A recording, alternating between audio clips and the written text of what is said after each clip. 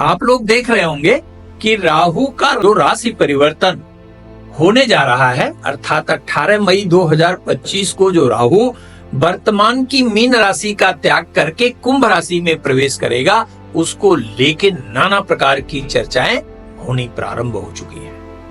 कोई राहु का नाम लेकर समाज में न केवल भय का माहौल बना रहा है, अपितु राहु के बारे में ऐसी ऐसी बातें कही जा रही हैं जो दुनिया के किसी शास्त्र, भारतीय ज्योतिष शास्त्र में वर्णित नहीं है। न वैज्ञानिकता है उनके तथ्यों में और न ही कोई वैदिकता है।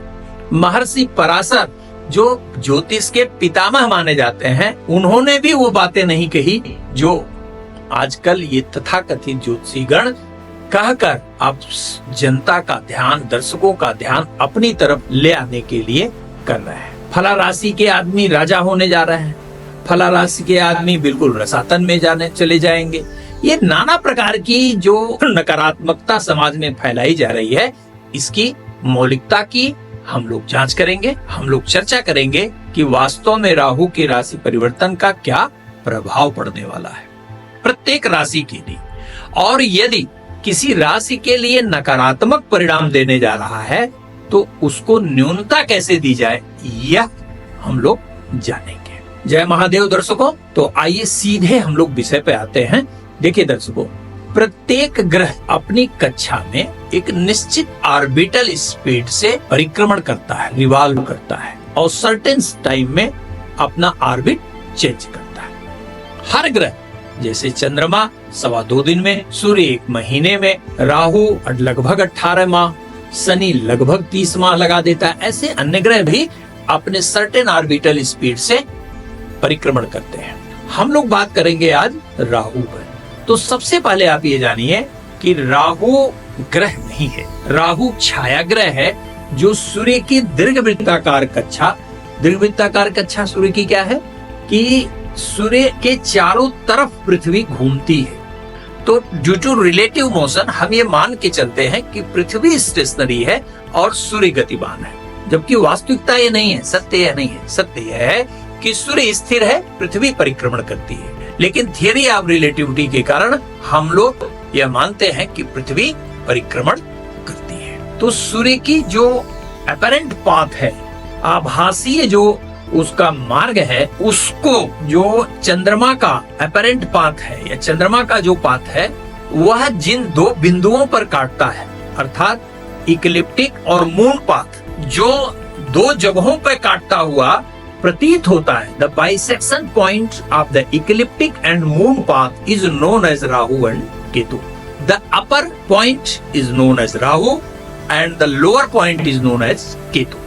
यही कुल राहु और केतु है, इसीलिए इसे छाया ग्रह भी कहते हैं, इसीलिए इसे नोड्स भी कहते हैं। राहु की अपनी कोई कक्षा नहीं, राहु का अपना कोई स्वभाव नहीं, राहु का अपना कोई भी गुण और धर्म नहीं होता। राहु कभी भी जीवन के घटने वाली किसी भी घटना का कारक नहीं होता, यह ध्यान रखिएगा। न वो आरोग्यता का कारक है, न वह धन का कारक है, न वह पराक्रम का कारक है, न सुख का कारक है, न विद्या और संतान का कारक है, न आपके रोग का कारक है, न आपकी पत्नी का कारक है, न आपके संघर्ष का कारक है, न ही आपके भाग्य का कारक है, न ही आपके कर्म का कारक है, न ही आपके लाभ का कारक है और न ही आपके व्यय का कारक है। ये विशुद्ध रूप से आपको समझना होगा, यह जान लीजिए। जो आजकल की राहु कलयुग का राजा है, अरे भैया जिसका खुद का अस्तित्व तो नहीं है वो राजा कहां से हो गया? राहु अगर कलयुग का राजा होगा तो क्या सूर्य जो है उसकी चाकरी करेगा? जिस ग्रह को महर्षियों ने इस योग्य भी नहीं समझा कि उसे कोई भी 12 राशियों में एक राशि दे दी जाए, जीवन के किसी भी पक्ष का उसे कारक बना दिया जाए, उसे आजकल अपने स्वार्थ में इतना दुष्प्रचारित किया जा रहा है कि लगता है कि संपूर्णता में ज्योतिष मात्र राहु और केतु तक ही सीमित रह गई है। तो आइए इसकी वैज्ञानिकता की परीक्षा करते हैं और जानने का प्रयास करते हैं कि हर राशि के लिए कैसा रहेगा यह राशि परिवर्तन। देखिए मित्रों, 18 मई 2025, ध्यान रखिएगा 18 मई 2025 को राहु नामक छाया ग्रह वर्तमान की मीन राशि का परित्याग करके कुंभ राशि में प्रवेश करेगा। और राहु तथा केतु हमेशा 180 डिग्री के डिस्टेंस पे ही परिक्रमण करते हैं। तो जैसे ही राहु जिस क्षण कुंभ राशि में प्रवेश करेगा, उसी क्षण केतु सिंह राशि में प्रवेश कर जाएगा। यहाँ पर राहु अर्थात कुंभ राशि में यह 5 दिसंबर 2026 तक गोचर करेगा। ध्यान रखिएगा 18 मई 2025 से 5 दिसंबर 2026 तक वह परिक्रमण करेगा कुंभ राशि में, और 18 मई 2025 से 5 दिसंबर 2026 तक केतु सिंह राशि में परिक्रमण करेगा। यह आपको स्पष्ट हो गया होगा। दूसरी एक महत्वपूर्ण बात यह जान लीजिए कि जैसा मैंने कहा कि राहु किसी भी पक्ष का कारक नहीं होता, लेकिन इसका ये मतलब कदापि न निकालिएगा कि राहु व्यर्थ ग्रह है, ऐसा नहीं है। राहु यदि भावगत रूप से अच्छी अवस्था में बैठा हुआ है और शुभ ग्रहों से दृष्ट हो जाए तो निश्चित रूप से यह उस भाव और ग्रह के परिणाम को कई गुना बढ़ा देता है। या तो ये आपके शुभ ग्रह की अवस्था यदि जन्मांग में है, जहां भी यह बैठा हुआ है, यदि भाव की कारकता है, शुभ ग्रहों की दृष्टि है, तो निश्चित रूप से यह कैटलिस्ट का कार्य करता है, अर्थात उस भाव को कई गुना बढ़ा सकता है, आपकी कल्पना से ज्यादा बेहतर परिणाम दे सकता है। लेकिन यदि विपरीत अवस्था है तो बिल्कुल नकारात्मकता भी कई गुना बढ़ा सकता है। लेकिन इसका जो फल है वह भाव पर निर्भर करता है, भाव के अधिपति पर निर्भर करता है। यदि यह मेष राशि में बैठा हुआ है, मान लीजिए उदाहरण के लिए, तो मेष राशि के तुल्य फल देने के लिए यह बाध्य है। अर्थात यदि मेष के राहु पर आपको विचार करना है तो सबसे पहले आपको मेष राशि के अधिपति मंगल पर विचार करना होगा कि मंगल कहाँ है, मंगल इस कुंडली का कारक है या अकारक है। दूसरे स्थिति में यह देखना होगा कि मेष राशि का जो है वो बलाबल क्या है। इसके पश्चात मेष राशि पर अर्थात जहां राहु बैठा है उस पर किन किन शुभ ग्रहों की दृष्टि है, किन किन पाप ग्रहों की दृष्टि है संपूर्णता में, और जो ग्रह देख रहे हैं या इससे एसोसिएट है मेष राशि में, उनका बलाबल क्या है। बिना पूर्णता में इनके सामर्थ्य की परीक्षा किए हुए फल कहना ये अज्ञानता है। तो आइए इस क्रम में सबसे पहले हम लोग मेष राशि पर विचार करेंगे। मेष राशि का अधिपति मंगल है और यह आपकी राशि से एकादश भाव में गोचर करेगा। एकादश भाव में गोचर करने वाला राहु निश्चित रूप से सर्वथा ही उपयोगी कहा जाएगा। सर्वथा, क्योंकि शास्त्र कहता है कि त्रिखड़े एकादशी राहु सर्वारिष्ट विनश्यते। तीसरे, छठवें और 11वें घर का राहु निश्चित रूप से आपके मार्ग की सभी बाधाओं का नाश करने वाला होता है। यहाँ एकादश जो भाव होता है इसे फुलफिलमेंट ऑफ डिजायर का भाव भी कहते हैं, इसे हाउस ऑफ गेन भी कहते हैं। जो आपने किया है उसका फल प्राप्त करना, अगर देखना है कि कितना फल मिलने वाला है तो आपको एकादश पर विचार करना होगा। यदि आपकी जन्म कुंडली में राहु की स्थिति सुंदर है तो निश्चित रूप से यह लगभग 18 माह का समय आपके मार्ग की सभी बाधाओं का नाश करेगा और आपको मनोवांछित, मन के अनुकूल फल प्रदान करेगा। विद्यार्थी हैं तो इस समय आपको जिस किसी प्रतियोगी परीक्षा की आप तैयारी कर रहे हैं उसमें यह निश्चित सफलता सुनिश्चित करने वाला समय कहा जाएगा। यदि आप लंबे समय से किसी विवाद में उलझे हुए हैं तो निश्चित रूप से राहु आपके विवाद को समाप्त करेगा, विरोधियों का समन करेगा, रास्ते के मार्ग की सभी बाधाओं का नाश करेगा और अभी तक जो हिचकिचाहट थी आपके अंदर कि हम करें न करें, करें न करें, ये हेजिटेशन भी समाप्त करेगा और चुनौतीपूर्ण कार्य करने की ऊर्जा प्रदान करेगा। और न केवल ऊर्जा प्रदान करेगा अपितु पूर्ण सफलता भी यह प्रदान करेगा। यदि आप नौकरी कर रहे हैं तो निश्चित रूप से नौकरी में परिवर्तन के साथ साथ प्रमोशन की भी प्रबलतम संभावना कही जाएगी। और यदि आप व्यवसाय कर रहे हैं तो व्यवसाय में भी अपेक्षित लाभ के अतिरिक्त आर्थिक स्रोत के नए संसाधनों का भी यह सृजन करेगा। घर में मांगलिक कार्य को संपादित कराएगा, लंबी यात्राएं करेंगे और देवालय का दर्शन करेंगे। सपरिवार आनंदित रूप से समय बीतेगा।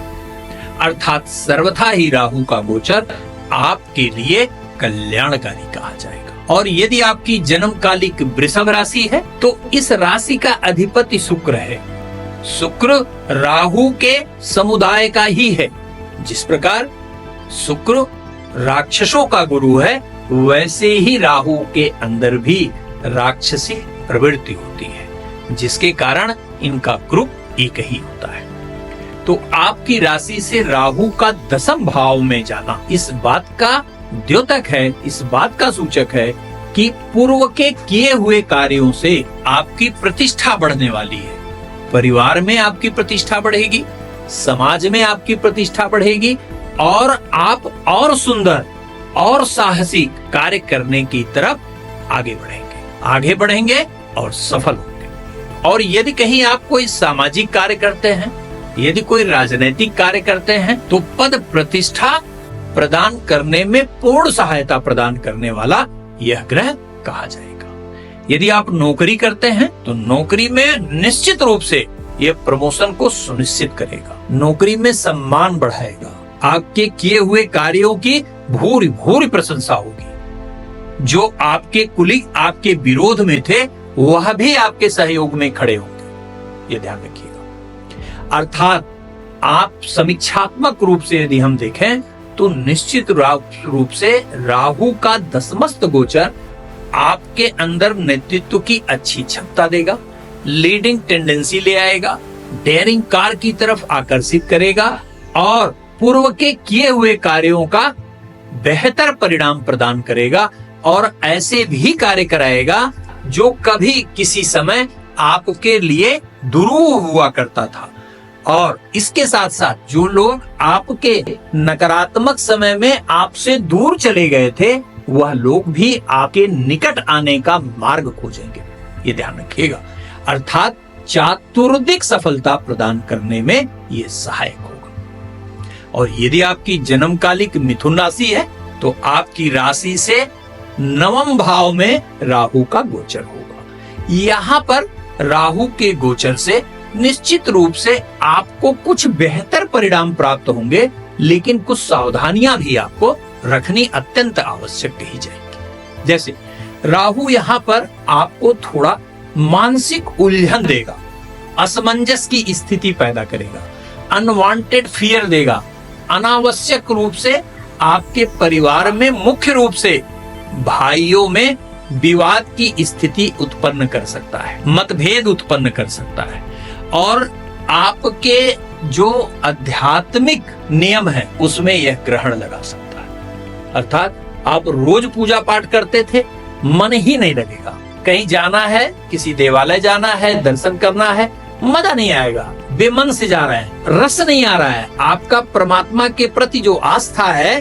उसमें कहीं ना कहीं आपको स्वयं कमी महसूस करा सकता है, ये ध्यान रखिए। लेकिन फायदेमंद कहाँ है ये भी जान लीजिए। राहु यहाँ पर बैठकर आप देखेंगे कि वो कार्य जो आपने पूरे मनयोग से किया, पूर्व में पूरे मनयोग पूरे परिश्रम से किया, अपने सारे रिसोर्सेज लगा के किया, जो नहीं हो पा रहा था वो अचानक होना प्रारंभ, all of sudden you will get success. जो पूर्व के कार्यों में आप विफल हो, ये ध्यान रखिए। इसी के साथ साथ राहु यहाँ पर आपको यात्रा से लाभ देगा। यदि आप जॉब के सिलसिले में या व्यवसाय के सिलसिले में यात्रा करते हैं या आपका जॉब या व्यवसाय यात्रा से संबंधित है तो आपको अद्भुत लाभ होगा। रास्ते में आपको न केवल आनंद आएगा अपितु देखेंगे कि जब आप यात्रा करेंगे तो आपके अंदर एक अजब सा सफलता का भाव पैदा करेगा और ऊर्जा पैदा करेगा और आप कठिन से कठिन कार्य को करने में सफल होंगे। इसी के साथ साथ यहाँ पर बैठा हुआ राहु पूर्व के जो आपके आउटस्टैंडिंग हैं, यदि मतलब ये हुआ कि जैसे कि आपने किसी को 10,000 रुपए दिए, लाख रुपए दिए, 20 लाख रुपए दिए, जो भी दिया, और आप कई बार उनसे मांग रहे हैं लेकिन नहीं देने की जो है वो स्थिति उनकी बन रही है, चाहे जानबूझ के चाहे अपनी परेशानी के कारण वो आपको धन नहीं दे पा रहे हैं, आपका धन नहीं लौटा पा रहे हैं। तो अब आपका डूबा हुआ धन या जो आपका धन मार्केट में है या जो ड्यूज है आपके, वो मिलने शुरू हो जाए। अर्थात आर्थिक रूप से निश्चित रूप से ये लाभ देगा, लेकिन भावनात्मक रूप से थोड़ी दुर्बलता पैदा करेगा, आध्यात्मिकता के मार्ग से हटाने का प्रयास करेगा, अनावश्यक आपके अंदर आक्रोश पैदा करेगा और गलत निर्णय लेने के लिए प्रेरित कर सकता है। इससे बचने के लिए आपको नियम से भगवान शिव का सोमवार के दिन पंचामृत से अभिषेक करिए और ओम रांग राहवे नमः मंत्र का अवश्य जप करिए। और यदि आपकी जन्मकालिक कर्क राशि है तो आपकी राशि से अष्टम का गोचर निश्चित रूप से खतरनाक कहा जाएगा, खराब कहा जाएगा, इसमें कोई दो राय नहीं। तो खतरनाक होने का या खराब होने का अर्थ क्या है? ऐसा नहीं है कि आपके जीवन से संबंधित जो है वो संकट उत्पन्न होने वाला है, आप राजा हैं तो बस फर्श पे आने वाले, ऐसा नहीं है। तात्पर्य क्या है, यहां समझिएगा कि कुंभ राशि का अधिपति शनि होता है। मैंने अभी आपसे कहा कि राहु का स्वतंत्र गुणधर्म नहीं होगा। तो जब आपका जन्म मान लीजिए शनि प्रधान लग्न का है और अगर शनि जन्म कुंडली में बेहतर है तो निश्चित रूप से बहुत खराब जो परिणाम है वो मॉडरेट हो जाएगा। अर्थात जहां 100 रुपए का नुकसान होना है वहां मात्र 50 रुपए का ही नुकसान होगा और प्रयास के द्वारा और आप इसे न्यूनता दे सकते हैं। लेकिन यदि आपके जन्म के समय शनि खराब स्थिति में है, नकारात्मक स्थिति में है, दुर्बलावस्था में है, पापग्रहों से दृष्ट है या अन्य किसी भी प्रकार से वह निर्बल या पापी है, तो निश्चित रूप से आपको सावधान रहना होगा। ये आपके प्रत्येक सोचे हुए कार्य को विफल बनाने का प्रयास करेगा और सबसे पहले यह आपके मानसिक संकल्प को यथार्थता प्रदान करने से रोकेगा, आपका आत्मबल तोड़ेगा, हर मार्ग पर बाधा दिखाई देने लगेगी। और यही वह स्थिति है कि जब आपके अंदर अनवांटेड फियर, अनचाहा भय उत्पन्न करेगा। डिप्रेशन की स्थिति भी ये दे सकता है, ये ध्यान रखिएगा। मतलब आपके मन में झूठे ही ये शंका हो सकती है कि कहीं ऐसा ना हो कि कार हम चलाएं तो लड़ जाए, कहीं ऐसा ना हो कि हम वहां जाएं तो ऐसा हो जाए, कहीं ऐसा ना हो कि हमारा पैसा गायब हो जाए, कहीं ऐसा ना हो कि मेरी पत्नी मेरे खिलाफ साजिश कर दे, मेरा बच्चा ही मेरे खिलाफ साजिश कर दे। अर्थात जो नहीं होना है उसके भय से जीवन को अस्त व्यस्त करने की स्थिति भी यह उत्पन्न कर सकता है, स्वास्थ्य में नकारात्मकता पैदा कर सकता है, ये ध्यान रखिए। और इसी के साथ साथ एक बात और ध्यान रखिएगा कि यदि आपकी जन्म कुंडली में बृहस्पति नामक ग्रह दुर्बल अवस्था में है तो पाचन पे बहुत ध्यान दीजिएगा, अन्यथा पाइल्स या लीवर से संबंधित समस्या भी उत्पन्न कर सकता है। इसलिए हमारे सभी कर्क राशि के दर्शकों को इस गोचर में सावधान रहना चाहिए। जोखिम भरा कार्य बिल्कुल नहीं करना, आपको किसी के मामले में टांग बिल्कुल नहीं अड़ाना है और यह सदैव कोशिश करना है कि किसी से भी विवाद की स्थिति उत्पन्न न हो, चाहे वो आपसे बड़ा हो या आपसे छोटा हो, अन्यथा धोखे की स्थिति उत्पन्न हो सकती है। लेकिन इस स्थिति से निपटने के लिए क्या करना चाहिए या इस नकारात्मक परिणाम को न्यूनता देने के लिए हमें क्या करना चाहिए? सबसे पहले सुबह उठिए, भगवान भास्कर को जल दीजिए और जल देने के बाद भगवान शिव का अभिषेक अवश्य करिए। इसके पश्चात हम एक मंत्र आपको बता रहे हैं, इसे ध्यान से सुनिए।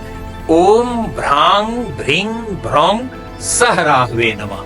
इस मंत्र की एक माला जप करिए और अपने हाथ से कुत्ते को रोटी जरूर खिलाएं। और प्रत्येक शनिवार को किसी गरीब आदमी की धन से, वस्त्र से, अन्न से, जिससे भी संभव हो सके उसकी मदद अवश्य करिए। आप देखेंगे कि यह नकारात्मक गोचर भी सामान्य स्थिति से गुजरेगा।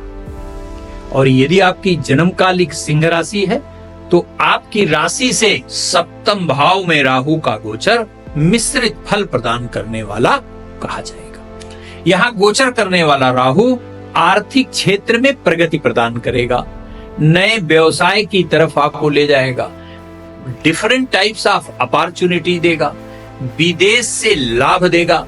विदेश पढ़ने जाना चाहते हैं, व्यवसाय करने जाना चाहते हैं, नौकरी करने जाना चाहते हैं तो आपके मार्ग की बाधा भी प्रशस्त करेगा। अर्थात आपके कैरियर बिल्डिंग में यह बेहतर परिणाम प्रदान करने वाला कहा जाएगा। लेकिन विवाह में विलंब कराएगा और ऐसा लगेगा कि यहां विवाह तय हो रहा है, लेकिन एट द लास्ट पॉइंट जाके